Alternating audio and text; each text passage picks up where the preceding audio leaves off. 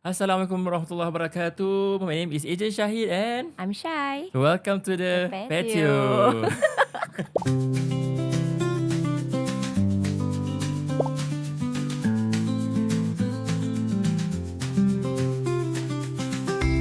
We haven't get the kata tu Synchronization, the synchronization. correct tune. Because she always say that my tune sama macam my previous podcast. Yes. We're gonna find some, insyaAllah. Mana tahu ada producer ke apa, boleh kasih kita suggestion what is the intonation untuk the opening. Alright, okay. So today is a special edition because it's gonna be a Ramadan edition. Yes, insyaAllah. InsyaAllah. So kita nak ambil kesempatan ni walaupun dia bukan early part of Ramadan. We just want to wish all Muslims, all our bukan fans lah, all our listeners, friends, friends, family. Selamat menyambut orang kata tu bulan Ramadan. Ramadan Mubarak. May this Ramadan be a better year for all of us. InsyaAllah. InsyaAllah may all our deeds are accepted. And may kita orang semua dapat jumpa malam Lailatul Qadar. InsyaAllah. Alright, so today Ramadan edition. What do you want to talk about? Silakan. Me? Okay, I think maybe first and foremost, let's go to... I always hear you talking about, Ramadan is a very special month. I always hear you repeating that to the kids. What is Ramadan to you? What is Ramadan to me? It's a special month. Kita simple. Stop it. But why? Why to you? As in, why is it that you always want to ingrain that in the kids? That Ramadan, among many others, which we do have other special months also, but especially Ramadan, you always tell them this is a special month. Why? Because I feel in this blessed month Ramadan kan, kita ada one night ni, which of course semua orang tahu lah, Lailatul Qadar, night of power, orang pakai night of decree, night macam-macam lah. The meaning kalau you understand Arabic, it has a various meanings to it lah. I did one video, nanti saya semua pergilah cari video pasal surah Al-Qadar. Then that is where we feel orang kata tu, the special tu beyond words lah actually. Whereby kita orang ada satu malam tu that is better than 1,000 months. You imagine that kan, dalam surah Qadar dia akan sebut benda tu. And then if you notice, Allah jarang sebut about numbers tau. But this particular ayah, this particular surah, Allah decided to say it's better than 1,000 months. Kenapa? Pasal to give us manusia ni benda yang kita boleh macam bayangkan lah. Dia bukan macam infinity. Tapi Allah tak cakap it's better than 1,000 months, like macam 2,000 months ke 3,000 months ke. Dia better than 1,000 months tu maknanya infinity juga. Kira dia lebih daripada 1,000 months tu, up to Allah. Kira nak kasih ganjaran tu berapa banyak kan. So that is one, I feel one of the special things yang ada dalam bulan ni yang kita tak boleh nak orang kata tu sia-siakan lah. And we all know our life compared to umat-umat dahulu, kita punya life pendek. So dulu orang tinggal mungkin 1,000 tahun and everything kan. So they have that chance. For us, umat Nabi Muhammad SAW, we don't live until that long age. So this is a very, orang kata tu, golden opportunity lah. True. For us to achieve these blessings that is given to, especially to our umat lah. Yes. But do you have, don't you think it sort of imply macam, okay, let's just be good or do good just this month? That's right. Because it's so special, we have to find that night, we have to make good the other months. Okay lah, can just go back to our normal lives. Right? I mean, kids punya understanding, kids it might just come to that. Don't you think it will? Yeah, I mean in terms of like 12 months of the year, even though Muharram is the starting of the month, I feel that Ramadan ni dia give us a renewed energy, a renewed purpose, intention. Kalau orang semua macam nak try to ubah ataupun berubah, nak hijrah ke, nak orang kata tu nak buat baik ke, Ramadan is a very good opportunity lah. You have seen that a lot of times. People mungkin nak orang kata tu hilangkan their bad habits. In Ramadan, you have a good opportunity lah. Correct. To do certain things kan. Yeah, I agree. Like what people say, macam kalau kita cakap, okay, want be a better person, one day I'll be a better person. But maybe we can make Ramadan our day one. Yes. Yeah, so instead of waiting for that day to happen, this is my time to do it lah. Right. And also it's easier for kids to understand that, to have that kind of, oh yeah lah, you know, we have a starting point and all that. Yeah, you know. And maybe I can share also my experience. I mean, spending my time in Ramadan in Egypt. Yeah, true. Yeah, because dulu I think we all notice right, our community alhamdulillah getting better and better in terms of celebrating Ramadan lah. Dulu, What do you mean by better and better? Teruk dah. tak lah, dulu if you notice our generation when we young kan, kita Ramadan is not really something that is orang kata tu Sacred diwawarkan ataupun something yang orang really celebrate. in a sense yang kita celebrate hari raya lah, normal lah kan. Tak, celebrate. Pergi bazar. Because it's one, correct or not? Last time Yalah. bazar Geylang is like, oh, this is Ramadan. This is the only time we get to go bazar Geylang. Correct. But I think now with that's the thing I feel like the beauty of social media on the positive side, it gives people more impact lah. Orang tahu, now salah kita tak juga Ramadan is the month that for us Muslim we need to really celebrate because there's a lot of blessing, there's a lot of good opportunity inside it. And I mean past few years recently kita nampak macam parents dah start to do like Ramadan corner with all the orang kata tu kita mesti ada panggil benda ni fanus lah, Arabic lantern. So when I was in Egypt during Ramadan tu first day, diorang really celebrate dia macam all out lah. Macam like kita punya hari raya lah. Macam kita punya hari understand. raya first day, tapi diorang is Ramadan punya first day tu they celebrate all out. Diorang macam all the streets will be light up with this fanus Ramadan Arabic lantern that I find interesting lah. Kenapa macam gini? Then we understand lah. I mean it is more suited to be like that sebenarnya kan.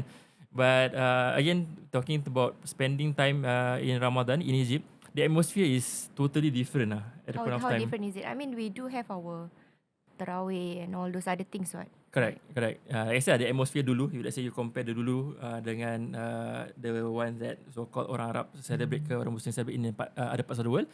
But now, like I said, I mean, I feel it's getting better. This is personal opinion lah. That people are now celebrating Ramadan more. And then dulu selalu, I'm not sure kalau you all masih ingat, selalu ada komik tau. Kira komik ni, first 10 days of Tarawih, wah ramai. Lepas tu nanti last 10 days tinggal satu line je. Tinggal imam dengan Bilal. I mean that comic lah. I mean if you have noticed, because dulu memang macam gitu lah. The ending itu, the people who are performing together at the mosque, it gets lesser. But now you see it's slightly different. Macam true. dah last 10 days, wah lagi ramai datang masjid, perform jemaah, perform qiyam. So alhamdulillah lah. I mean I feel the impact of social media, of us being aware of things around us is better, alhamdulillah. Correct. And I think also because mosques are reaching out more. And because of the power of social media, right? This telling people to come, getting them to be involved in masjid now is a more widespread thing. Macam dulu kita ada social media apa. Betul. So yang pergi masjid, makcik-makcik, people yang stay around the area. Correct. Budak-budak datang, lepas tu pergi main bola or whatever lah, yang kita tarawih ada cup. tarawih cup. Tak tahu sekarang masih ada tarawih cup atau tak. Dulu zaman kita tarawih cup lah. Yeah, correct. So now it's like they are reaching out more. So people know, actually ada child minding services, Correct. all these kind of things. There's so many reasons why people couldn't go back then. But now maybe we have lesser reasons why we can't go. True. Yeah. True. So I feel lah. Yeah, so coming back to my experience kat sana, kenapa it's different, I feel I mean, of course the atmosphere is different, and after that the imam, of course lah, sana semua kori-kori dia dahsyat-dahsyat. I'm not saying that the local kori are not, but it's just that orang Arab lah kan. And after that for us locally pun alhamdulillah we have a lot of kori asatizah yang power macam Ustaz Zahil. I mean people know him, and alhamdulillah he is invited every year to go to Arab countries as well to perform Imam Taraweeh. That is something that we should be proud of also as Singaporeans. But I think the atmosphere sama je macam kalau you pergi umrah Ramadan. When you pergi umrah in Ramadan, the atmosphere pun lain. True. And I remember that time bila kat Mesir, kita ada satu, I can't remember the exact name of the masjid tu. The imam we always read doa kunut panjang gila. That's not something the kids will look forward to I mean, hear, yalah, not kids lah. I'm talking about us adults lah. I mean it's over here. Kalau diorang tambah je, Mami, the tarawih so long. That's why as parents we need to understand lah mana nak ulur tarik kan. But of course as adults, so we feel that ni demi feeling tu, the doa, the imam baca doa, and then he can really set, I mean understand. Alhamdulillah for our side, when we study there, kita faham kan. And then the imam nangis semua, we can really relate and we can really understand, we can really feel it lah. So the feeling is really interesting. Walaupun doa tu panjang, imagine doa can be 1 hour. Can be dekat kunut tu sendiri dalam 1 hour, doa macam-macam doa, and semua macam kita rasa, orang kata tu, we nak cakap bahasa Melayu macam seronok, in the sense that we feel it. Walaupun dia panjang, kita tak rasa dia panjang. Faham tak? That kind of feeling yang kita alhamdulillah manage to experience lah. That's where I feel kalau siapa-siapa in future dapat experience one day to perform umrah ataupun to perform Ramadan in some parts of the other world, it would be nice lah just to experience it lah. Yeah. So are we going this year? No. InsyaAllah doakan that. I mean, to be honest with you, yalah, I mean, I have not shared with you, but I have always wanted to perform umrah during Ramadan. But of course Not too late. with kids semua mana sekarang mana Too sempat. late. Ni episod ni keluar pun tak tahu. Yeah, but of course with kids semua there are things that we have to prep jugalah. Yeah. Yeah, in that sense. Right, so that will be my experience in Ramadan when I was in Egypt. Yeah. So coming back to kids, right? Do you think Ramadan with kids is different when having kids as a father and when you're Ramadan as a before you have kids? Of course different lah. Kan. Different in the sense that responsibility lah. It's true. I find that responsibility macam kita nak inculcate in them kan. Kita faham the importance of Ramadan, the special month, but how to put it across to kids. Of course mentality wise lain kan. Macam kita faham lah, okay, nak kena baca Quran, nak khatam Quran, apa dia punya manfaat, apa dia punya speciality. Even puasa itself, what's the speciality. But to kids, to them macam kena puasa lah, lapar. Yeah. But I think if you compare mothers and fathers, mothers feel the impact more. Why? I mean, somehow I feel lah macam we sometimes we cannot fast full. If let's say you are pregnant or breastfeeding. I mean, of course, we do try as much as we can, but we can't. Sometimes we cannot go to taraweeh together because we have to attend to kids and things like that. Some people, I mean, over the years, of course, with education and all that, we understand that our ibadah comes in different forms. But there are times when mothers feel like, aku tak dapat buat all these things for myself, you know. Understood.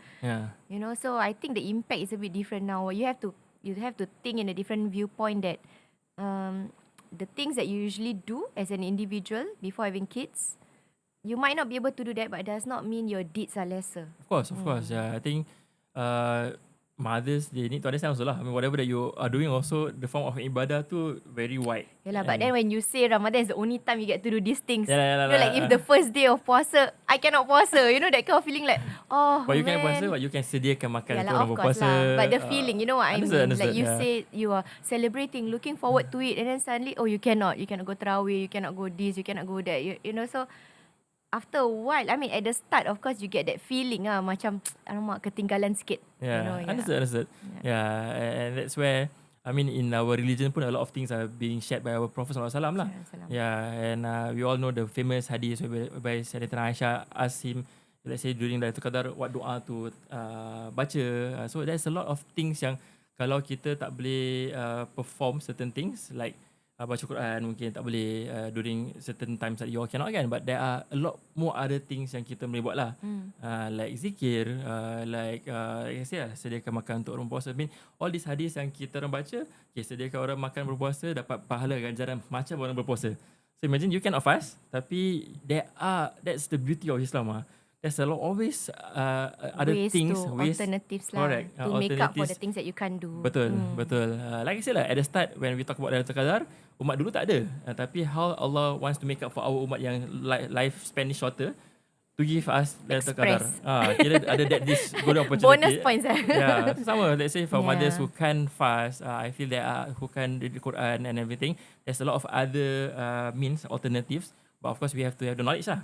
Once we understand, baru kita tak rasa kecil hati sikit in a way. Macam, kasih orang makan berbuka puasa, pahala dia sama seperti orang yang berpuasa.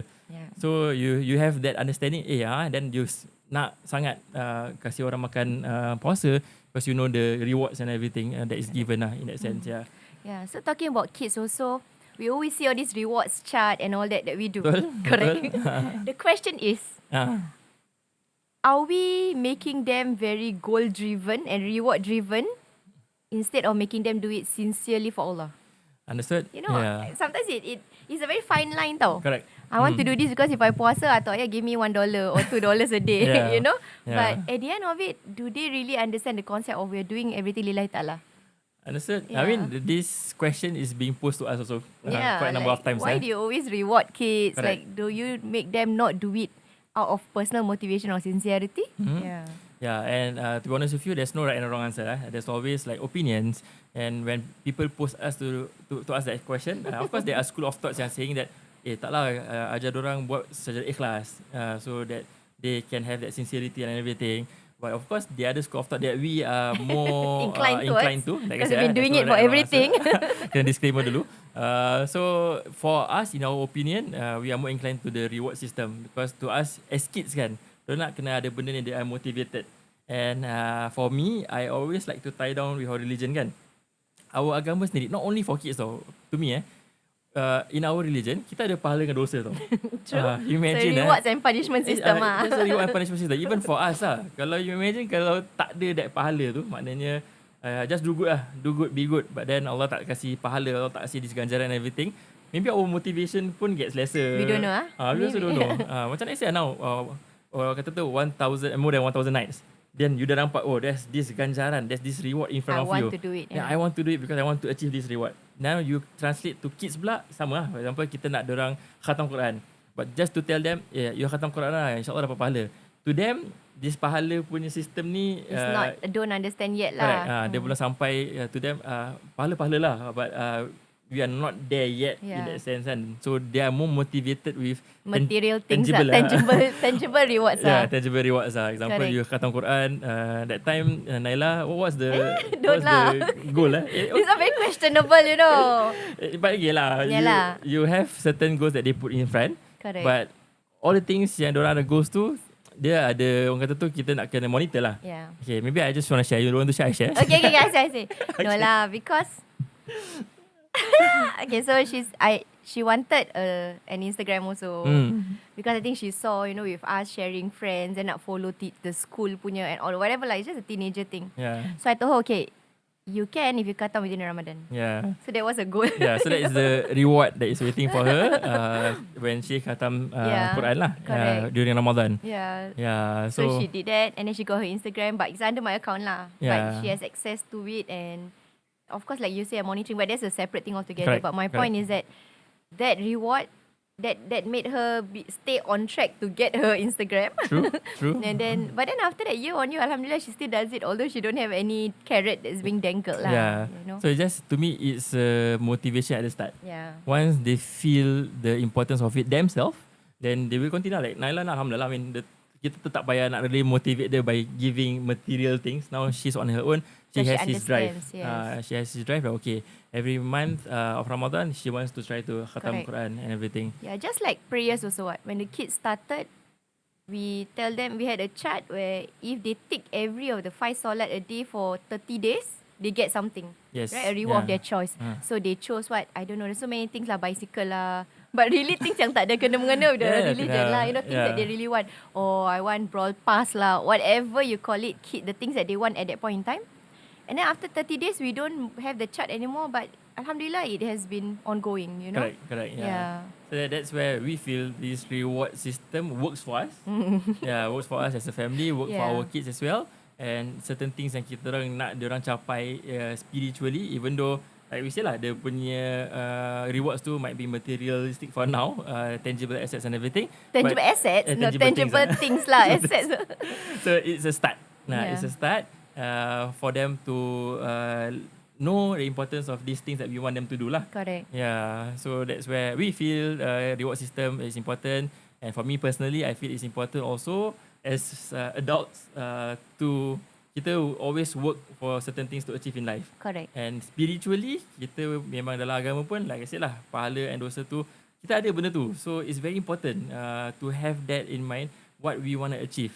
Dia memang lah ikhlas tu, sincerity and everything will come with time lah. Is important. But orang cakap paksa sampai dah jadi biasa. Correct. Ni kira pepatah Melayu ke? Tak tahu siapa cakap lah, but I heard it before, So we are in the school of thought that reward system works. You want to give it a shot. If let's say you find it works, then you update us juga. Kita tak tahu juga. Like I said, we are always learning in progress. It's true. If there's other better ways to motivate them without rewarding, like immediately instilling the sincerity in them, of course we want to do it, right? But generally, I mean, across our kids, whenever they have this kind of reward system, they're motivated. Macam let's say that time kita ada sticker. I think our friend Shasha, dia ada make this Ramadan chart, Ramadan sticker. The kids are excited. Walaupun it's just like 30 days or you puasa half day ada sticker, full day ada sticker, but they are excited to pace it. Imagine, dia dapat puasa when they are very young, dia dapat puasa half day, they pace it and they are proud of it. Correct. And then kalau the chat tu penuh, they get some reward. So Aish have been saying, but I finished all my half day sticker, now I have to puasa full already. Well, it might work. I don't know how his mind works, but somehow, hopefully, it motivates him lah. Yeah. So far, like I said lah, so far it has been working for us. And then, yeah, if let's say you find it beneficial, you try it. And then hopefully it can work for you and your kids as well. Correct. How do you want the kids to remember Ramadan growing up as? Or maybe before that, what's your fondest memory of Ramadan? Fondest memory of Ramadan. I mean, when I was small Whenever you can remember lah. Growing up lah. Yeah, growing up, to be honest, tak ingat sangat. Again lah, like I said, maybe teenagers or whatever lah, for as long as your amnesia doesn't. It's not amnesia. Yeah, I feel that, like I said lah, I mean, my fondest memory of Ramadan is when I was in Egypt. I just feel that atmosphere, that experience, until now, I really miss it. If I can, I want to travel there and perform taraweeh, Ramadan of course, Umrah is the main one. But kalau tak, Egypt, I was brought up there, studied there. Yeah, so the atmosphere lah, I just feel that it's very nice. Maybe one day doakan, I can bring you and the kids to Umrah, to some of the Arab 16 world. years waiting. That's my fondest memory of Ramadan so far. For yourself?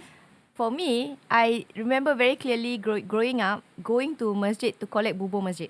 And we have to go early, and we will chop our place in the queue by putting our tepen or tapor.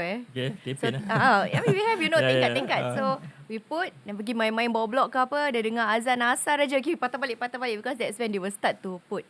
And that's one. And secondly, how after that, I remember we always share food with neighbours. Yeah, so we will be tasked to send ni yang tingkat 10, ni tingkat 6, ni tingkat 7. So my mother will give like a plate, and the best thing is after that we will also get back things in return. Yeah, so those are the things but we haven't had the chance to have that kind of bubur queuing up for our kids. I don't know whether they will enjoy that. The mosque still do that. Yeah, but I don't see kids selalunya orang-orang di drive through. They just drive through and take. But it's not a culture, because budak-budak tak main bawah blok lagi apa. That's why generations also plays a very important part lah. The change in generation, you need to understand how it works and everything.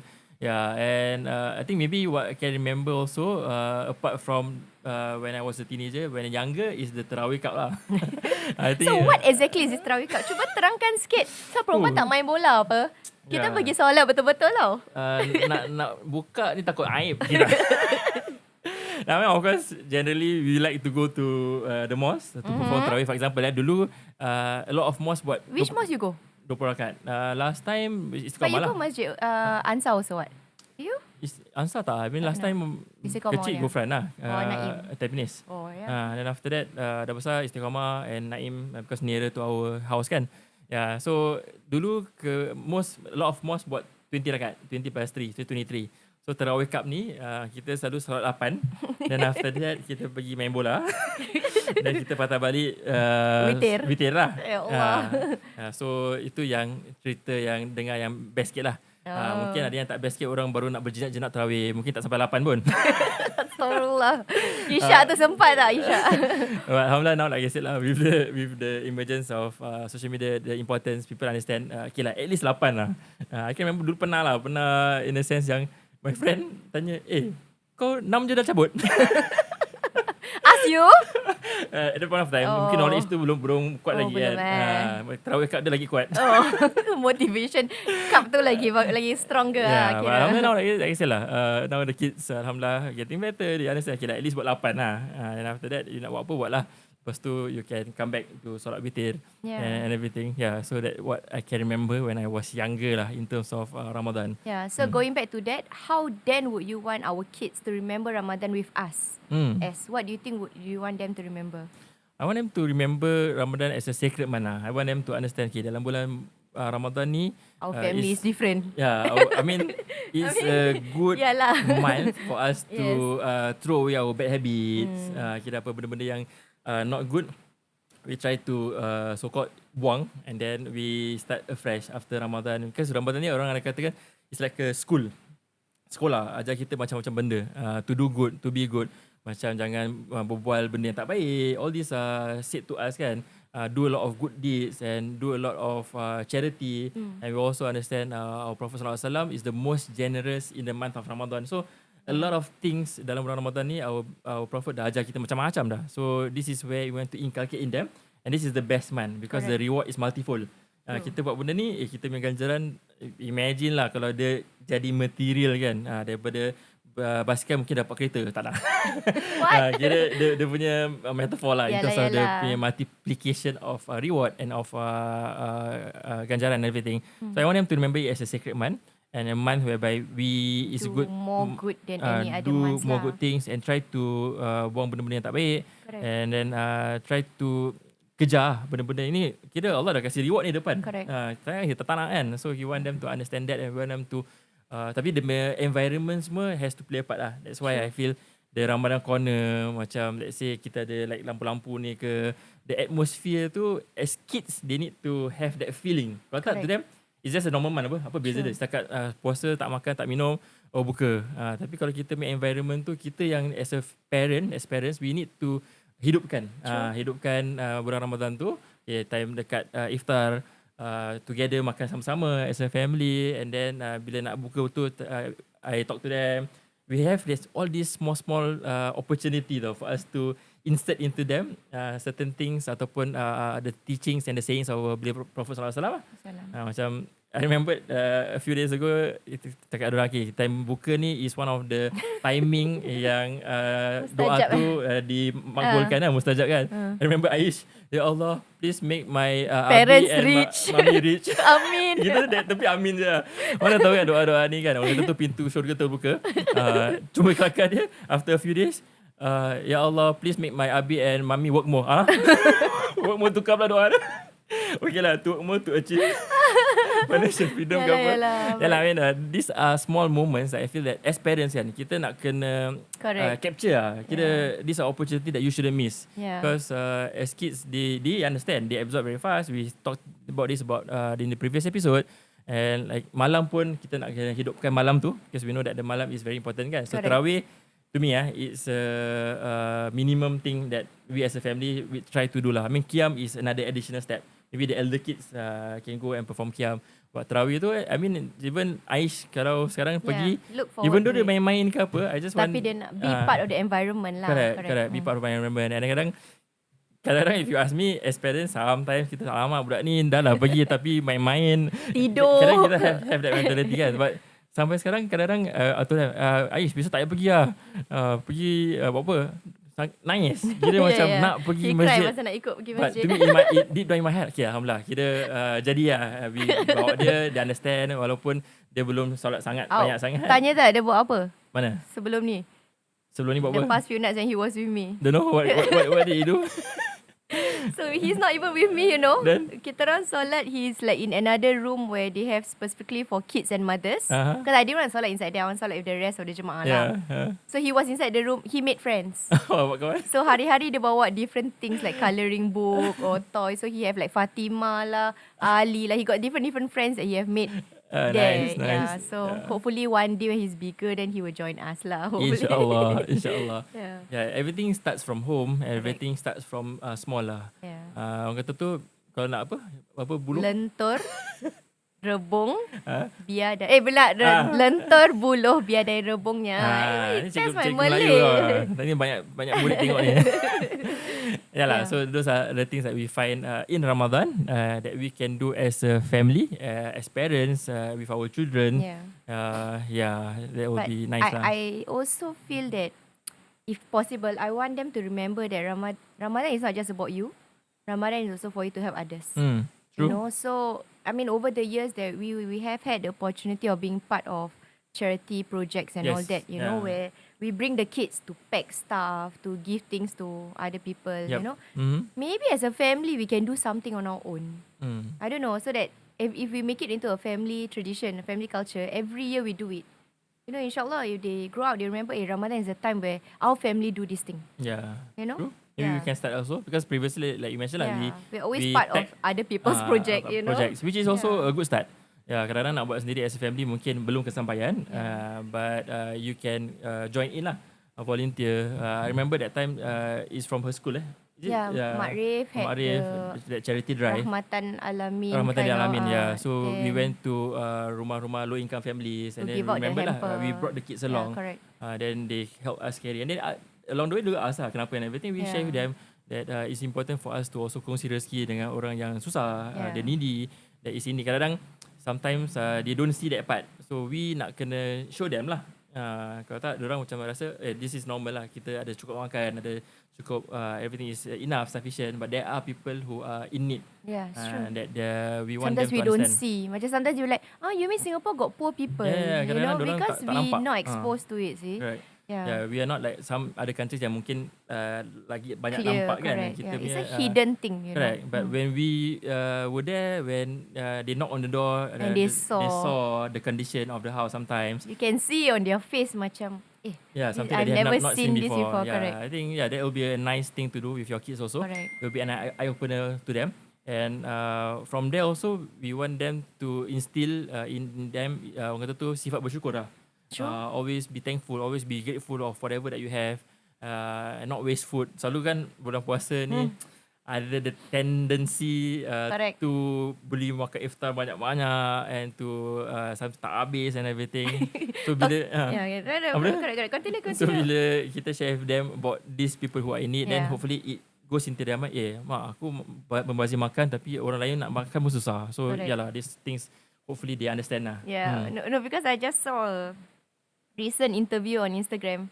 So this person was saying, because I fast, so breakfast, lunch I don't eat. Okay. So dinner I must go all out and eat Mentality. for the other meals, you know, that kind of thing. But maybe there are people like that. Macam bila kita puasa semua nafsu apa, in that sense macam sedapnya, you know, apa yang aku tak boleh makan. So correct. buka beli semua. Yeah. Yalah, that's why we need to control lah. Yang penting jangan membazir. Yeah. So kalau nak beli makan banyak-banyak, nak support local vendor pun boleh, silakan, tapi boleh kasih orang. Instead of you tak beli habis, membazir, might as well you beli and then you give people and then dapat pahala macam orang berpuasa juga. So a lot of opportunities to do reward in this blessed month lah. Correct. In terms of challenges, what is your challenge for now? Let's say in your work are there challenges in Ramadan that you face? I mean, now when we are older, like I said lah, the reward and everything that we understand it better, the challenges gets lesser lah. But I remember when we were younger, kadang the challenges kita cepat trigger. Correct. Kira macam, I mean, of course lah, tak makan, lapar, the tak minum, the grumpiness tu kan. But that is what actually Allah nak ajar kita lah dalam bulan puasa ni. Kita tak makan, kita tak minum, tapi nak kena control kita punya anger, nak kena control kita punya emotion, nak kena control instead kita of punya using mouth. Ramadan as the reason lah. Correct. So we say, okay, because we are fasting, therefore now we have to be more mindful, Yeah. we are more observant and take this opportunity to be a better person lah. Kan, yalah, I mean, Nabi dah ajak, kalau apa-apa, macam nak marah ke apa, cakap ini sesungguhnya aku berpuasa. Ada Umar Hana ada video tu. Yeah, but again, amazing what our Prophet has shared with us. Everything semua dah covered tau. It's just that for us nak kena, orang tu kecilkan mata, baca. And now with a lot of social media, use it as added advantage for you to understand the religion better and to take opportunity of this blessed month lah, right? Correct. Yeah. Any questions that you want to ask before we wrap up this episode? No lah, I just think that kadang-kadang tengok budak-budak ni macam kesian. I just feel macam as a parent kan, like I know it's difficult for them being in school, still having to go for training. They have long hours, you know. Then we come back, I still tell them, baca Quran already. You know, macam like, am I pushing it? Faham? You know, so I feel like as parents, we shouldn't put too much pressure sampai they feel that Ramadan is a burden. Yeah, but there's a fine line between teaching them perseverance and pressurizing them until it becomes burdensome. Yeah. I'm still trying to macam balance it. correct. Yeah. Like even for taraweeh, we know, let's say today, some of them got exams and all that. Do I say, okay lah, tak payah pergi taraweeh, go and belajar? But what am I teaching them? You know? So I left the choice to them. I say, have you studied enough? Do you want to go for taraweeh? So yes, let's say for example, like yesterday, she was the one who decided, it's okay, I think I've already done it before. I want to go taraweeh. Yeah, even Haiza said, I finished my homework already, I want to go. Yeah, so then you as a parent cannot say don't.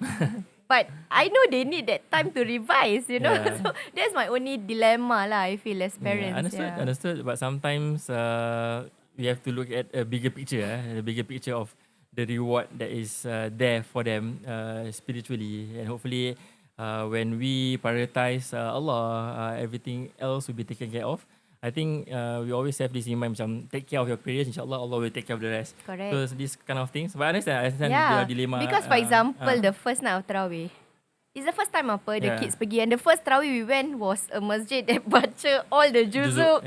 Sampai we finished so late. So they came back about 11. 11 or so. 11 So on the first day of puasa, they were so tired and all that. And I was told that teachers tak kasih chance lah. Like, why are you sleeping in class? You know, some kids were made to stand and all that. But I think because the teachers don't want them to use Ramadan as an excuse.